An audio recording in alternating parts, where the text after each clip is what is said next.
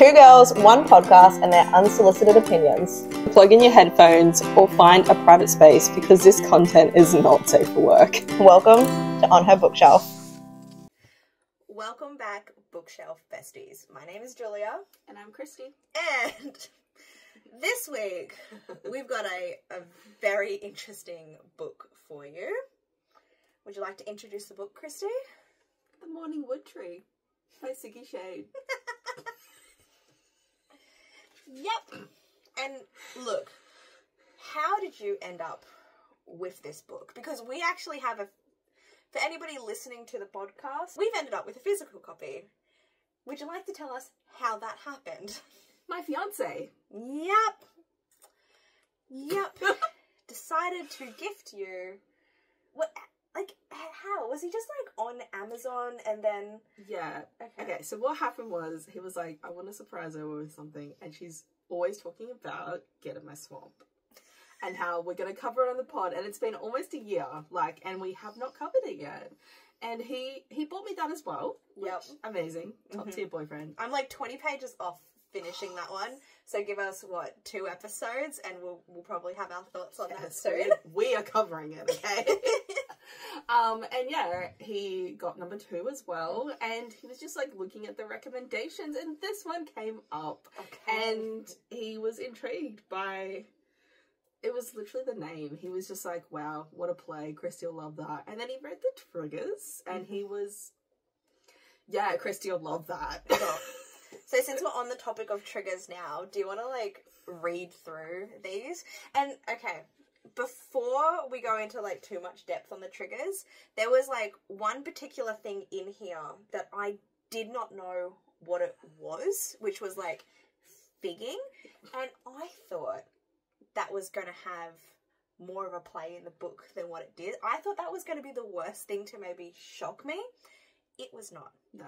But I also didn't read the rest of the triggers because I was shown the content warnings first before knowing what book you were being gifted. And I was like, what the fuck is figging? And I got so stuck on figging that I ignored the rest of it. And that made for some interesting moments of reading. Yeah. I knew all the triggers because he told me before I got the book. He's like, try and guess what it is. And I was like, I don't have a clue. Like, I haven't heard of half of these. But yeah, I remember him telling me what figging was, and I remember telling you what figging was. Yeah, that was an experience. I've still got that video, by the way. We're probably going to have to explain it on here soon as well. Just look it up on Urban Dictionary. Don't look at pictures. It's your homework, listeners. You've just got to go Urban Dictionary figging. Figging. Okay, cool. Like, sidetracked. Let's get into the trigger warning. The morning... Can't even take this seriously. The Morning Wood Tree contains the following content warnings. Abduction, anal sex, blood drinking, menstrual, bondage, dendrophobia, which is a tree phobia, if you did not know, double penetration, double vaginal penetration, enema, figging, force feeding, forced lactation, forced marriage, forced pregnancy, imprisonment, nipple bondage, lactation kink, male pregnancy, menstruation play, nasophilia, no sex. That's what fucking got me. What? No sex. Oh. Yeah. Orgasm denial, period sex, perverted old grandpa, Pinocchio kink, spanking, and water sports. And not jet skiing, by the way. This book was something else. It really was. That list just kept getting, like, worse and worse and worse as you read through it. Yeah. What'd you rate it? I gave it 3 stars. So did I. Overall, but a 4 for spice level. Yeah, same. It was filthy. It was just filthy. It was absolutely filthy. Yes, it made me cringe and so many times. Yeah, there was a lot of times when I was reading this and I kind of just had to, like, put the book down and go, like, what the fuck did I just read? Yeah. Yeah. And there's still parts of this story that just give me the ick thinking back to it. Yeah. So last night we were actually playing Cards Against Disney with a bunch of friends, and one of the cards was like making Pinocchio tell a lie, and I was like, I just can't take this seriously right now. I don't understand why that was a thing. I'm so caught up in the Pinocchio kink. Like, I didn't expect it. Yes, it was in the content warnings, but I missed that somehow. And then when it happened in the book, I will not be able to forget that. It is permanently etched in my brain as something I've read now. Yeah. Yeah, I knew it was coming. And when it finally did, I was like, oh, that's what it means. Like, I understood what it means, but I was like, how would that go in practice, you know? Yeah. I think because, you know, look at the cover for this book, The Morning Wood Tree. So for people, for anyone listening, the cover of this is terrifying. Like, it's an angry looking tree with just glowing eyes and a really creepy fucking glowing grin as well. Gives me like Cheshire Cat vibes. Yeah. I was terrified of Cheshire Cat.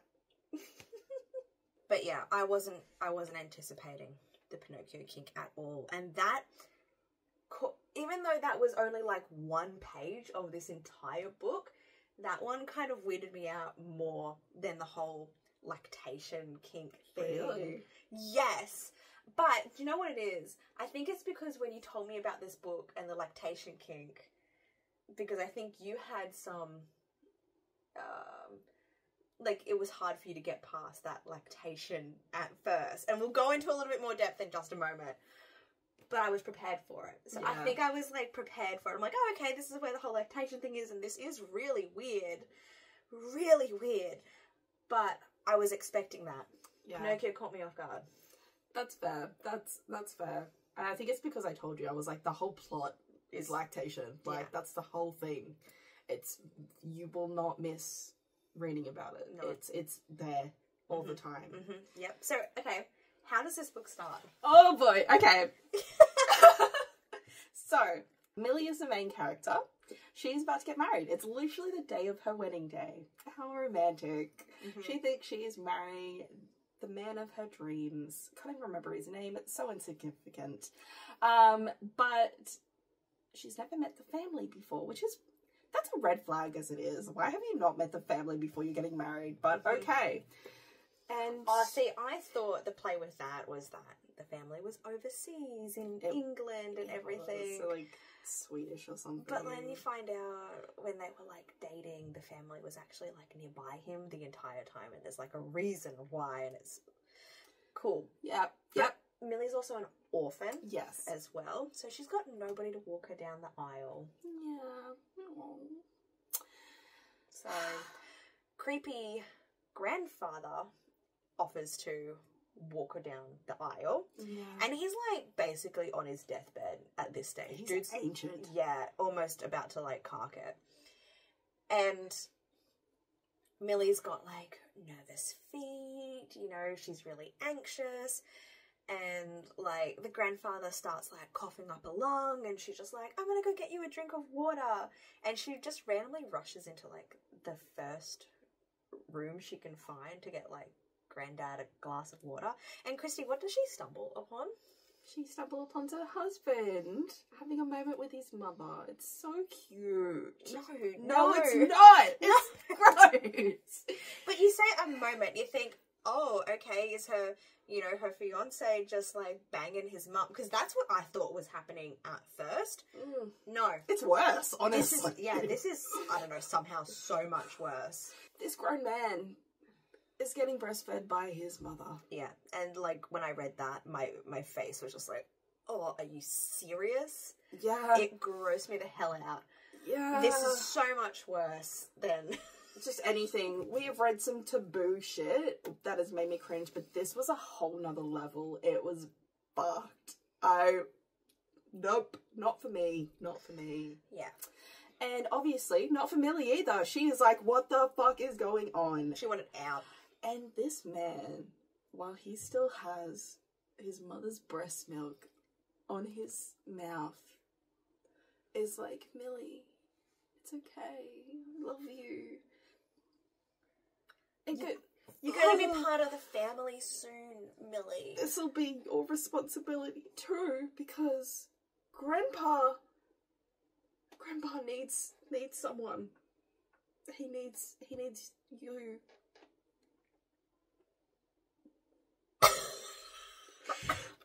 So, Millie learns very quickly in this moment that this fucked up family was, like, all the men were apparently dying at, like, 50. And they somehow figured out the way to live past 50 is breast milk. Mm. And more importantly, it can't just be anybody's breast milk. It's normally, like, the mother's breast milk concocted with, like, a bunch of, like, herbs as well in her body, tailored, like, specifically for him. And whoever Granddad was, like, feeding from had, like, died recently, and that's why his health was going downhill so quickly, and that's why, you know, they needed Millie to, like, marry into the family because she had just, like, really big tits, and apparently, like, nothing else, like, going on for her back home, no family or anything like that. I think she just worked in, like, a bakery or something, and they were essentially just going to marry her into the family, pump her full of herbs, and then get her to start breastfeeding dear old creepy Granddad. I can't believe I just said all of that in a sentence. Yeah, I can't believe I read that. Mm-hmm. But anyway, she's obviously creeped out. She wants to run away, and they threaten her. I think, like, the mum pulls out a gun, like, you ain't fucking leaving, you're marrying my son. We don't have time to find another woman to, like, trick into marriage and stuff. Like, you've got to fulfill your responsibilities to this family now. It was fucked. so fucked. And this is where the grandpa mentions, like, as a side thing, like, if you try to run, we will sacrifice you to the tree that murders and eats people. The carnivorous tree. Yeah. And that's she's like, worse than death kind of thing. what the fuck are these people? Like, I have joined a cult. Yeah. And she runs. So, of course she runs. Good on her for running. And, like, I think all the husband does is go, oh, you know, we're going to have so much fun trying to, like, hunt you down and everything. But anyways, so she runs into the forest and, of course, stumbles across this carnivorous tree that apparently only wakes up, like, once a century, I think it was. Something like that. To feed. And once it's fed, it basically goes back to sleep for another 100 years. And it feeds off human blood. Yeah. It needs to drain the entire body of blood to be fed, and then it goes back to sleep. Conveniently, Millie is on her period. And she essentially makes a deal with this tree. He doesn't know any better. He's just a tree. He doesn't know anything. And she starts telling him stories and is like, you know, I've been to the moon. Yeah, I've fought dragons. Yeah, just all of this crazy shit. But she's just like, I'll give you a bit of my blood each day, you know, to satisfy you. And, like, I'll keep telling you stories. And this was, like, her ploy to kind of stay alive until her new family came to hunt her down, and so that she could get the tree to then eat them instead of her, and then the tree would... It was a really weird plan. Smart. Like, she stayed alive. Yeah. So, clearly it worked. So, yeah. Millie manages to make a deal. She hasn't died straight away. And she obviously tells the tree that she's bleeding. And, you know, very conveniently, she put in, like, a menstrual cup to, like, catch her flow. So, the tree... the tree is the one that gets all up in there to, like, pull it out of her. Gets all up in there. Look, all I could picture reading this whole scene was these really, like, thin, kind of swindly little, like, tree long fingery things just all, like... like salad fingers. Like salad fingers! Oh, no. Oh, no. But yes. And what does the tree discover, Kristie, when he starts? She gets turned on by this. What an interesting flavor. Your slippery sap, it is most refreshing. I want more. You are producing copious amounts of delicious sap. I must keep you in perpetual state of neediness. You taste so good. Quite the delicacy. I cannot get enough. It was weird. It was so weird. It was really weird.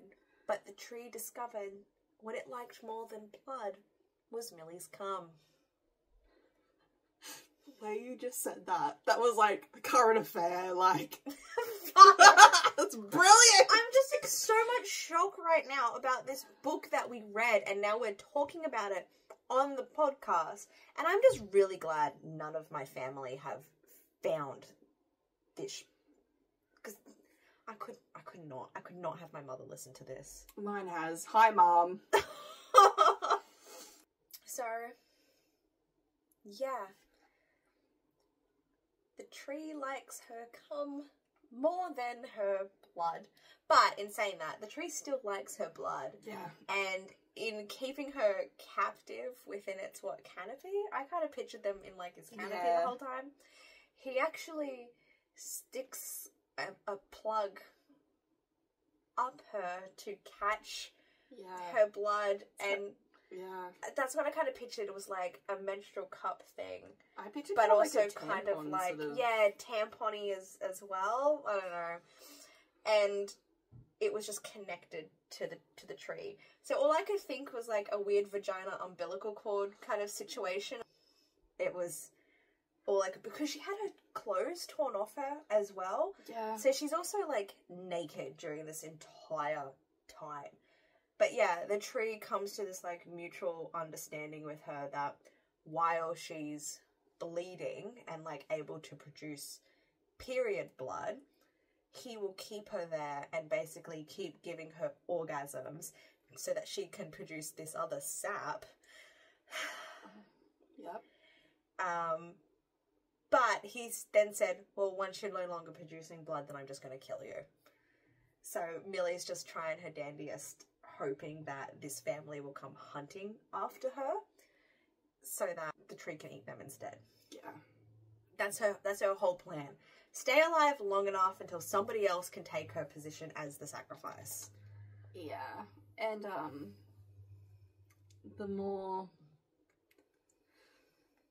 sap he drinks, and the more he listens to her stories, the more human-like he becomes. Yep. It's kind of like a Pinocchio. Not yet.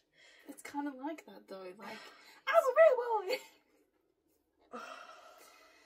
He ends up getting a name, Ash. Oh, yeah. She names him funny. Ash. I thought that was hilarious. And eventually, like, out of his canopy, like, builds her, like, a bed and things like that to sleep on. And, yeah, he gets a body, which she describes as, like, wooden mannequin-like. But he's buff. Yeah, but this, like... Big gook. Ash can, like, still change features about him, especially to Millie's liking. Yeah. So that's where we get not one, not two, 3 penises. We get a triple dick situation at one stage. It started off with 2, and I was like, oh, dupine, like, nice. I wasn't anticipating this, but this is cool. And then whilst one dick was like inside of a vagina, it separated into 2 dicks whilst in her, and I was just like, whoa, she is stuffed full right now. Literally. Wow. She can just adjust really well to him. Yeah. But like this tree, there was also like moments where he was like changing his apparatus to have like knots and stuff so that would like rub against like certain spots inside of her. And I think he also, once he was, like, eventually this, like, mannequin man thing, because before that, he even had, like, wooden dildos come, like, out of the tree to, like, fuck her with. Yeah, wasn't there like a slapping scene as well? Like, I think so. And that's when he does the figging. Oh my god, we have to explain figging. Okay, it's where you get a piece of ginger, like real ginger, like a root of ginger, and you peel it and you stick it up your butthole. Yep. And essentially, it stings. The ginger, yeah, it stings and causes like a sensation. So this tree shaped the ginger root into a butt plug. Yeah. Sticks it up her butt as a punishment for some reason. I can't remember why, but he does it. And you know why? I think... Oh, it was after. Yeah. Yeah. So the family did eventually come. Well, two of them came and, like, found her. And they couldn't find her in the tree, but she called out to them. And so they started shooting the tree. And it hurt the tree. And the tree killed them, drank their blood. They were dead. Millie thought, yay, I was going to be free after this. Nope. No, she was so wrong. That's where she got her ginger root butt plug punishment. That's a sentence. And yeah, some weird kind of like whipping with like tree leaves and stuff as well. Vines and stuff. Oh, there was so many things. This book had a lot. But Millie starts catching feelings. Yeah. For the tree. We keep saying the tree. Its name is Ash. And so does he, though. Oh, yeah. With, like, each day that goes on, he's got more and more humanity and empathy and feelings and stuff like that. And Millie... We keep saying Pinocchio. Millie, at one stage, turns to, like, Ash and says, like, oh, you can, like, shift and adjust your body, right? And he's like, yeah, is this not to, like, your liking? Like, am I not the perfect specimen for you? And she's just like, there's one thing I've always wanted to try. And then Millie describes the concept of Pinocchio.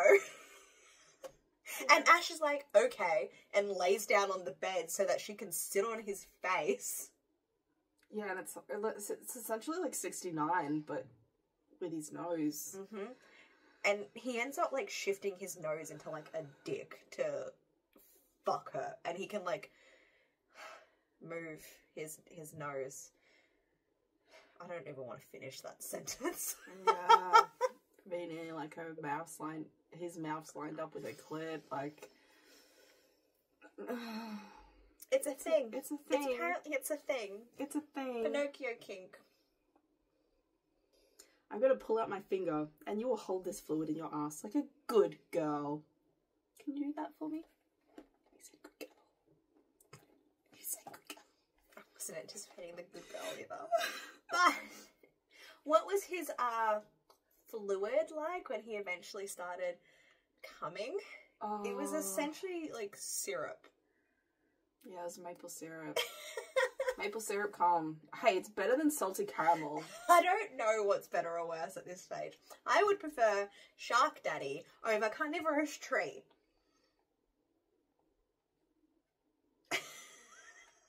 I'm going to keep my options open. Yeah. You know, like, there's a bit of praise, there's a bit of degradation, you know. This tree is a bit of everything. You know, it's the best of both worlds. Yeah, and then things just take a turn. No, isn't it because the tree develops so much emotion that he can't in good faith keep Millie with him anymore. Yeah, so he lets it go. It's one of those, if you love them, you gotta let them go situations. It's that trope or whatever, like, it always pisses me the fuck off. It's like, you're not asking what that other person wants. You're just like, no, stay away. I'm giving you what you want. But it's like, you didn't ask them what they want. Did you talk to them about this? Yeah, you're just like, stay away. But look, ideally, This is perfect for Millie. The tree is letting her go. She's had some of the best orgasms of her life. She can finally return to civilization, and it's not like this fucker's gonna come after her. He's fucking rooted into the ground. Yeah, so she runs and hitchhikes. But this guy fucking punches her in the face. I lost my shit when that happened. It's caught me off guard. I was like, she's free. She's hitchhiking out of here. And in my head, I'm like, but how is she going to end up back with the tree? Because I know she's going to end up back at the tree. Yeah. But so when she got, like, punched out. I know. I lost it. I lost it. It's so bad, but I lost it. She was free for, like, all of 5 minutes and then was captive again. Yeah. This guy worked for the family. He takes her back and she wakes up and she's being like force fed like through like tubes the herbs that she needs, and like her boobs are sore and enlarged, and like they're gonna like produce milk soon but not yet, and apparently she's been like knocked out for several days, and like this entire time people have been like stimulating her nipples and stuff, trying to like encourage You're losing it over there. Yeah. Good old grandpa's there, licking his lips. I had so many concerns. I'm like, this family's fucked up. And Millie, like, outwardly expresses, like, how fucked up they are to them. And she's like, can't you get formula? Can't you just get, like, somebody actually willing to do this? Like, I'm sure there are women out there more than happy to kind of do what they need them to do. And they're just like, no, look at your boobs. This is the way. It must be like this. Mama milkers. So gross. But Millie, being Millie, I don't know. Deal. She's got the only bargaining power that she has right now is she agrees to let Granddad breastfeed from her, but she wants his cum in exchange. Yeah. She says it's only fair. I want to suck your... Just say it. She wants to suck his old man dick. It's so gross. And anyway, this guy's just like, oh yeah, like... Don't tell my wife. Don't tell my wife. Yeah. I'm totally into suck my dick. Mm. And she's like, but... And no, because he starts to, like, unzip his pants. Yeah. And she's like, no, not here. We've got to go into the forest. Have a little picnic. Romance me. And, you know, you need to have all your pills as well, too, so you can keep it up. So, he does. He organises a little picnic. He takes so much Viagra to keep it up. He takes her into the forest with the guy that punched her in the face. Yeah, and like riding in on like quad bikes, and Millie is sitting in front of him, and he's just like fucking grinding his dick into her butt the entire time. Oh, it's so nasty. So concerning. And, but yes, they have a lovely romantic picnic underneath this tree that Millie picked out, that she thinks is going to be the perfect spot for them for their, you know, first time feeding from one another. Julia. That is disgusting. But yeah. Anyway, they're about to, like, do the deed. And, his wife comes in, like, with a gun. Oh, like, yeah. What are you doing, slut? With my husband? And, yeah, there's, like, shots fired and everything. And Millie's all like, Ash, save me. And Ash is not, though. He's not there. Like, he's not responding. And she's starting to panic. And, I think a few bullets, like, hit the tree at this stage. And that's what kind of awakens the tree enough to kind of... He, like, picks up the mum. Yeah, like, just kind of, like, kills and takes out her. everyone. But Millie's like, something's wrong. This doesn't seem like Ash. Where's Ash? And then... like, Ash pops up out of the ground or something. Yeah, he's, like, separate from the tree. Yeah. He made a deal with... like, he's an actual man. yeah, he made a deal with the I don't know. It was like some Norse fountain god. That is something that caught me off guard. Yeah. Was all the Norse ties. It had things like related back to like Ragnarok and stuff like that. So I was like, whoa, there's more depth here than I anticipated. It was actually pretty fucking cool. Yeah, it explained a lot. But yeah, like Ash made a deal with like some person, or like a picture was like them having a conversation like the middle of the earth. Yeah. Like this higher woman deity or something. Yeah. And like Ash being like, I want to be with this bitch. I Like, want to be a real boy.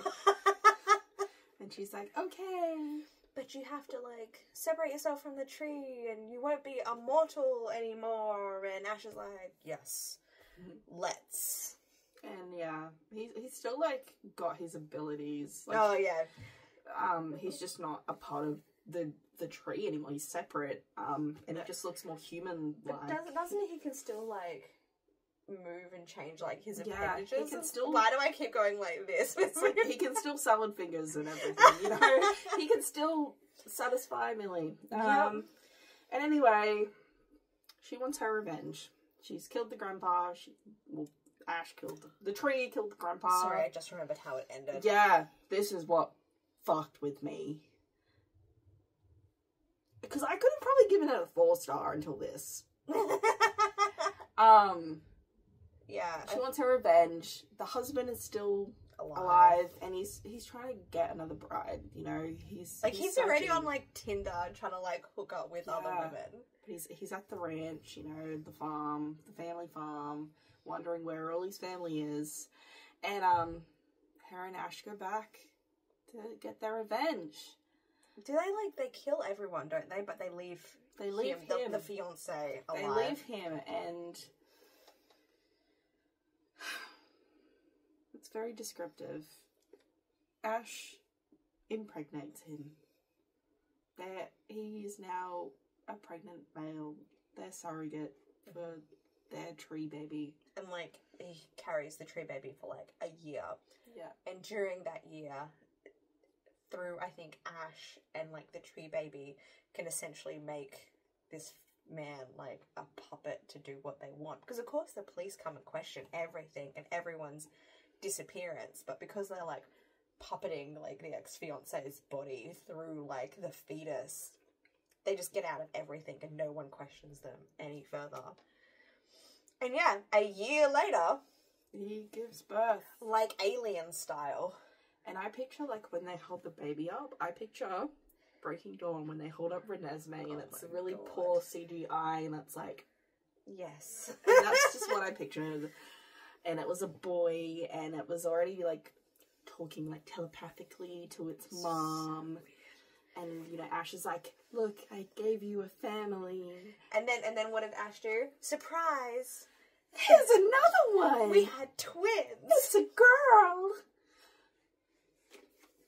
And Millie's just fucking over the moon with her circumstances. Yeah. It's just... This book was a fucking journey. It really was. It was a journey I did not know that I needed. There was a lot that happened that I could not anticipate or guess or see coming, like, at all. The only thing I predicted was that Millie would go back to the tree. Yeah. That she would somehow end up with the tree. Everything else was a fucking journey. Yeah. I'm traumatized.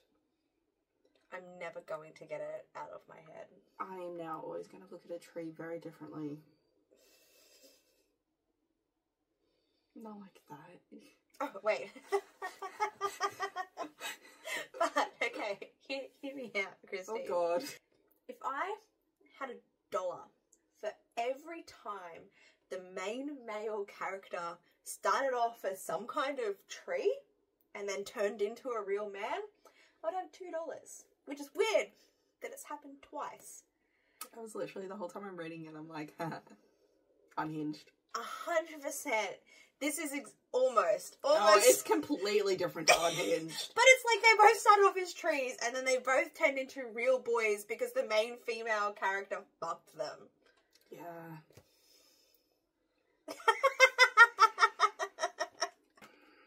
This book was something else. And, like, I actually, when I got back into, like, Bookstagram and Book Talk, I knew about this book, and it has been, like, on my TBR as one of those weird, crazy, like, fucked up books that I want to just read one day. So this felt like a blessing that it was, like, gifted to us to experience. And it hasn't put me off the author at all, because someone recently recommended to me, like, Breeding with Bigfoot, which is, like, another Siggy Shade book where Bigfoot can, like, adjust his appendage to the point that they can, like, swing on trees from it. I'm curious. Yeah, I'm swinging everywhere. I know Siggy Shade's been on my list. I didn't know about this book, but her, I was like, I really want to read. Like, there's like Cramping with Krampus or something, and then Breeding with Bigfoot. There's a Loch Ness Monster one. Yeah, I'm intrigued. I wonder if there's tentacle stuff. Yeah, there'd have to be. There's gotta be. Stuff. I'm interested. Look, this book seriously traumatized me. It is not for people weak of heart. That's for sure. Seriously, like, if you want to read this book for yourself, definitely go through those content warnings. Definitely understand what they mean. Like, how many pages is it, Kristie? 226. Yeah, 226 pages. You could read that in a day. I think you did. You read it in a night. It took me a few days to get through. And then, like, afterwards, I really needed a palate cleanser. Yeah, so did I. I read it in a couple of hours. I remember staying up. And that's the thing, like, I stayed up till, like, 3 in the morning reading this book. And that says a lot, because I don't do that with a lot of books. No. That's why I'm like, it's still 3 stars, almost 4. Okay, look, 3 stars is still a really good rating for us. Like, I still thoroughly enjoyed the rest of it. But, okay, you know what I think made this book good for us? Is because we were expecting it to be weird and fucked up, and we were looking for something that was going to make us, like, cringe and question our morals, and this book delivered. Yeah. I need Jesus after this book. And I'm so okay with that. It was still fucking excellent. I still recommend it, but I'm going to be selective with who I recommend it to, obviously. Yeah, it's definitely not coming out at family Christmas time, that's for sure. No. No, I'm keeping this away from my nana. Jesus. If you watched or listened to this and thought, I'm interested, I'm intrigued. Intrigued.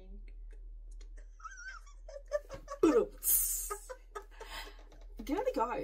Honestly, I still thoroughly enjoyed it.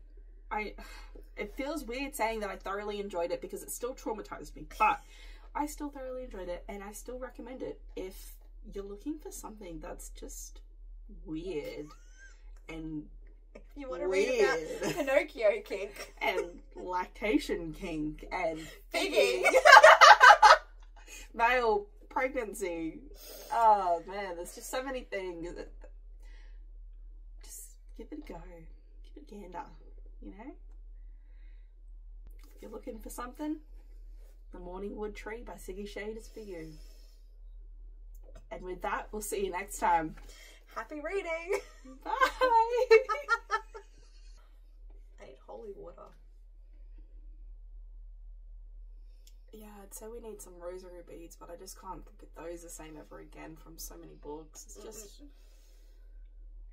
so many things are being ruined for us. It's okay. It's fine. Maple syrup, come. Why does it have to be... It's always sweet. It's always something sickly sweet.